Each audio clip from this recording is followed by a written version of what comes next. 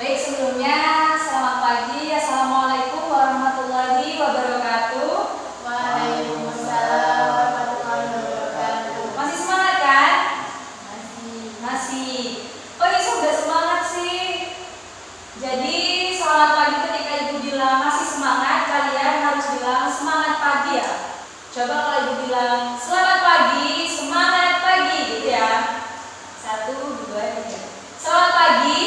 Semangat pagi. Ya, masih semangat ya. Dan alhamdulillah anak-anakku kelas 10 di semester genap ini, pada pertemuan kali ini kita akan melanjutkan pelajaran yang kemarin. Nah, pelajaran kemarin tentang apa? Tentang meneladani perjuangan Rasulullah di Mekah. Oke, sebelum kita lanjut pada pelajaran dan masuk pada materi, yang lebih baiknya jika kita berdoa terlebih dahulu. Kepada ketua kelas bisa dipimpin doanya. Sebelum pelajaran pagi ini dimulai, marilah kita doa mulai. Bismillahirrahmanirrahim. Raditu billahi rabban wa bil islami dinan wa bi Muhammadin nabiyyan wa rasulan. Rabbi zidni ilma warzuqni fahma. Amin ya rabbal alamin. Oke, karena berdoa sudah selesai, di sini ibu akan mengabsen ya. Mohon maaf, maksud ibu mau melakukan presensi. Presensi terlebih dahulu. Bagi yang ada langsung bilang hadir bu, gitu ya. Raudatul Hisom, Hadir. Siti Maisaroh, Hadir. Najib Aril. Izin Bu. Kenapa? Sakit, ada suratnya ya? Ada. Semoga lekas sembuh ya. Ibu akan mereview pembelajaran yang kemarin atau yang minggu kemarin. Nah, sama kan temanya tentang meneladani perjuangan Rasulullah di Mekah tepatnya, bukan di Madinah ya. Nanti di Madinah ada bagiannya sendiri. Nah, masih ingat gak kira-kira pelajaran yang kemarin yang kita bahas, terus yang ibu jelaskan, yang kalian sebutkan terkait macam-macam strateginya? Ada yang lupa atau masih aja ingat? Masih ingat sedikit ya? Coba ibu kasih pertanyaan. Nah, kira-kira strategi apa saja yang digunakan oleh Rasulullah ketika mensyiarkan atau mendakwakan Islam pertama kali? Coba. Pertama, dakwah secara bersembunyi-sembunyi. Ya, secara Kemudian sembunyi. setelah mendapat perintah dari Allah, berdakwah secara terang-terangan. Secara terang-terangan. Ada 2 berarti ya? Ya, Bu. Ya, berarti belajar ya tadi malam ya. Ya. Kemudian ibu coba tanya kepada Imai. Imai udah belajar tadi malam? Sudah. Coba ibu tanya, kira-kira ini kan pertama kali dakwah secara sembunyi-sembunyi. Tokohnya itu atau orang-orang itu siapa saja sih? Menurut yang saya pelajari kemarin itu ada 4. Ya, ada 4. Coba ibu catat ya. Ya. Ada 4. Ya. Siti Khadijah. Kemudian yang kedua siapa? Ali bin Abi Thalib. Ali bin Abi Thalib. Kemudian yang ketiga, Zaid bin Harisah. Zaid bin Harisah.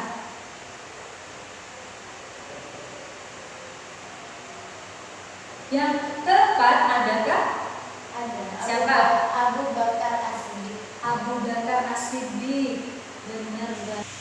Nah, jadi 4 orang ini merupakan tokoh atau orang-orang kerabat Rasulullah yang pertama kali mensyiarkan atau percaya kepada Nabi Muhammad SAW. Ada sahabatnya, ada istrinya, dan ada keponakannya. Berarti masih ingat ya pelajaran yang kemarin ya? Ingat. Nah, berhubung kalian masih ingat dan tentunya sudah paham ya materi yang kemarin, ibu lanjut ke materi selanjutnya. Masih dalam tema yang sama, tetapi kita melanjutkan materi yang kemarin. Tentang apa? Tentang meneladani perjuangan Rasulullah di Mekah. Akan tetapi pada pembelajaran atau pada mata pelajaran kali ini itu kita lebih membahas kepada kira-kira reaksi kafir Quraisy terhadap dakwah Rasulullah itu bagaimana? Kan tadi kita tahu strategi-strateginya. Nah, sekarang kita akan belajar reaksi dari kafir Quraisy itu terhadap ajaran Islam. Karena kita tahu kafir Quraisy itu adalah kaum atau golongan yang katanya itu golongan apa? Golongan jahiliyah ya. Golongan yang selalu melakukan hal-hal bodoh. Hal-hal bodoh itu bukan seperti orang bodoh atau orang gila, tetapi ada hal-hal yang mungkin tidak wajar dilakukan atau tidak manusiawi ya. Nah, di sini Ibu telah memaparkan di PPT ini ada reaksi kafir Quraisy terhadap dakwah Rasulullah. Nah, coba Ibu tunjuk ya, coba membaca saja, membaca yang ada di depan ya, yang sudah Ibu paparkan di depan terkait reaksi kafir Quraisy terhadap ajaran Islam. Coba siapa yang mau membacakan? Angkat tangan. Ya, Imai, coba dibacakan kira-kira apa saja itu reaksi dari kafir Quraisy.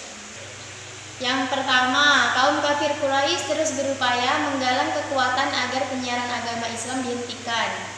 Yang kedua, berbagai upaya mereka lakukan mulai mengajak berdialog dengan mengiming-imingi berbagai bantuan hingga kekerasan. Yang ketiga, puncak dari kejengkelan mereka dengan cara memboikot Rasulullah SAW dan para sahabatnya serta pengikutnya dari boikot ekonomi dan politik. Oke, telah dibacakan oleh Imai tadi ya beberapa reaksi kafir Quraisy. Nah, dari situ kita bisa mengambil intinya. Intinya apa, Bu? Beberapa reaksi Quraisy atau kaum Quraisy terhadap ajaran Islam yang dibawa oleh Rasulullah. Pertama itu mereka kira-kira menerima tidak? Tidak ya? Tidak. Mereka menentang. Selain menentang, mereka itu mencoba merayu dengan mengiming-imingi dengan beberapa mungkin kekayaan juga atau harta lain sebagainya, dan juga mereka melakukan kekerasan.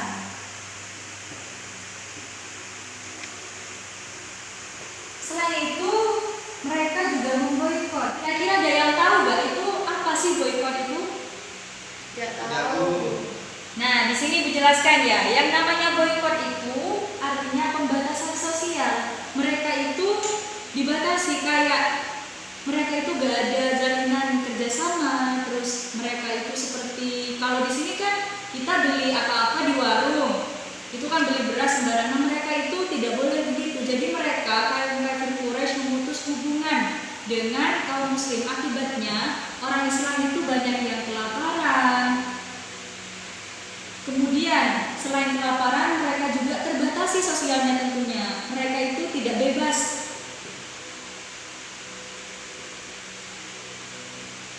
Jadi di sini selintas apa? Dari sini nih kita bisa melihat kalau Islam itu merasa tertindas gitu. Gara-gara mereka dari kafir Quraisy itu memboikotnya. Kenapa? Karena Rasulullah tidak mau menghentikan dakwahnya atau dakwah Islam itu. Nah, itulah beberapa reaksi kaum kafir Quraisy terhadap dakwah yang dilakukan oleh Rasulullah. Nah, selanjutnya kita lanjut ya. Nah, di sini ada beberapa alasan kaum kafir menolak dan menentang ajaran Islam. Kita tahu bahwa ajaran Islam itu merupakan ajaran yang benar, ajaran yang hak. Akan tetapi kaum kafir Quraisy ini tidak mau, bahkan sama sekali tidak mau mengalah, bahkan mereka tidak mau mengikuti ajaran Rasulullah. Ada beberapa penyebabnya. Yang pertama yaitu kesombongan dan keangkuhan. Pertama itu kesombongan dan keangkuhan dari kaum kafir Quraisy.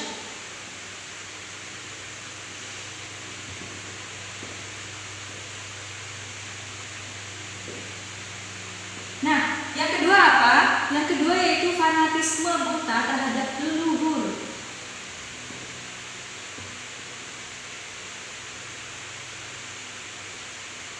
Yang ketiga yaitu eksistensi dan persaingan kekuasaan.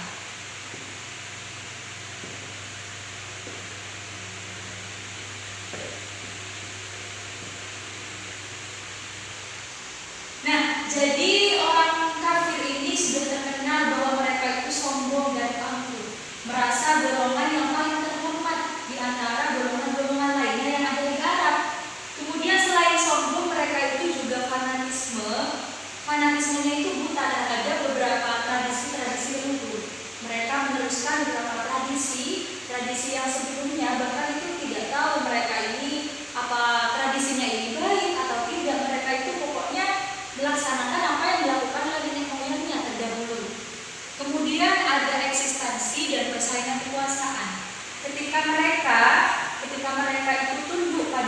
Rasulullah, mereka menganggap itu adalah sebuah pengorbanan yang besar gitu.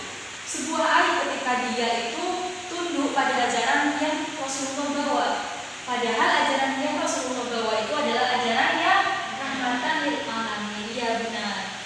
Yaitu ajaran yang benar, ajaran yang mengajak manusia yang tadinya itu melakukan hal-hal bodoh menuju ke perbuatan yang bisa menyelamatkan semua umat manusia.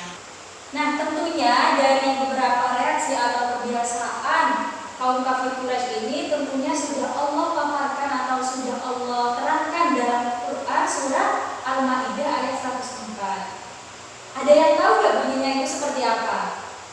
Biar bisa nggak ngantuk, Ibu tunjuk untuk membaca Quran surah Al-Maidah ayat 104 dan juga berdiri. Soalnya kalau duduk itu sepertinya ngantuk ya. Hawa-hawanya itu bikin orang ngantuk kalau duduk. Coba berdiri dan bacakan Quran surah Al-Maidah ayat 104. Bismillahirrahmanirrahim. Wa innal ladzina qalu ta'alu ila ma anzalallahu wa ila rasulih qalu hasbuna ma wajadna 'alaihi aba'ana aw law kana aba'uhum la ya'lamuna syai'an wa la yahtadun. Sadaqallah. Ya, gak ngantuk kan ya? Kalau sudah berdiri itu gak bakalan ngantuk, apalagi baca ayat suci Al-Quran. Bener ya bacaannya Isom ya Iman? Insya Allah benar. Nah setelah Isom baca ayatnya tadi, coba Imai bacakan arti dari Quran surah Al-Maidah 104 tadi yang sudah dibacakan Isom, dan juga berdiri biar gak ngantuk juga. Coba dibaca artinya tadi. Dan apabila dikatakan kepada mereka, marilah mengikuti apa yang diturunkan Allah Subhanahu wa taala dan mengikuti Rasul. Mereka menjawab, cukuplah bagi kami apa yang kami dapati nenek moyang kami mengerjakannya. Apakah mereka akan mengikuti juga nenek moyang mereka walaupun nenek moyang mereka itu tidak mengetahui apa-apa dan tidak pula mendapat petunjuk? Terima kasih kepada Imai dan Hisom yang sudah membacakan Quran surah Al-Maidah 104 tadi. Nah, jadinya itu kita tahu bahwa dari ayat yang dibacakan oleh Hisom, kemudian arti yang dibacakan oleh Imai tadi mengandung sebuah makna bahwa orang-orang kafir Quraisy itu dari dulunya itu memang suka menentang. Memang sombong, memang angkuh dan tidak mau menerima sebuah ajaran kebenaran. Nah, dari beberapa materi yang kita bahas tadi, ada sebuah kesimpulan yang bisa kita dapat. Yang pertama, bagaimana cara kita memiliki jiwa berkorban. Jiwa berkorban terhadap apa yang seharusnya kita syiarkan seperti agama Islam ini. Berlomba-lombalah dalam menyampaikan kebaikan kepada setiap orang, meskipun kita sudah di zaman yang saat ini di mana Islam itu sudah damai, di mana Islam itu sudah tersebar luas, sudah kita laksanakan pada saat ini. Caranya kita yaitu mendakwahkan kebaikan, mendakwahkan Islam yang rahmatan lil alamin. Selain itu ada juga yaitu memiliki sikap tangguh seperti yang dicontohkan oleh Rasulullah.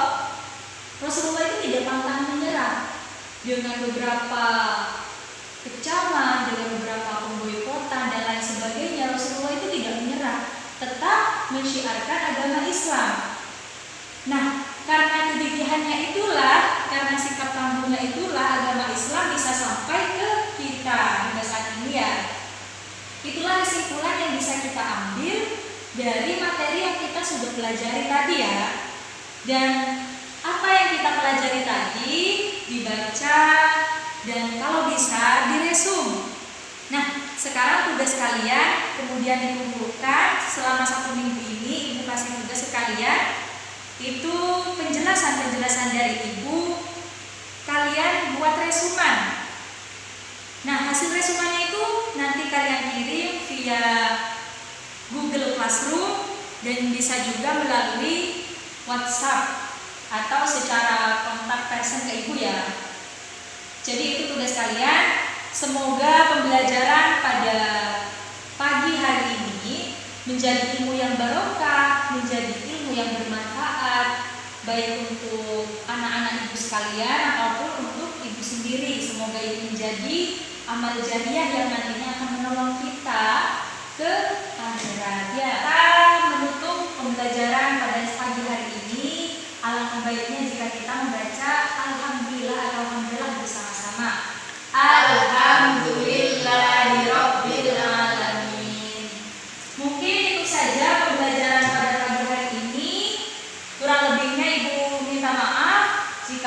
kesalahan kata ataupun tikrah yang kurang mengenakan hati, dan dibaca ya untuk materi selanjutnya. Jangan lupa resumenya juga. Wabillahi taufiq wal hidayah. Assalamualaikum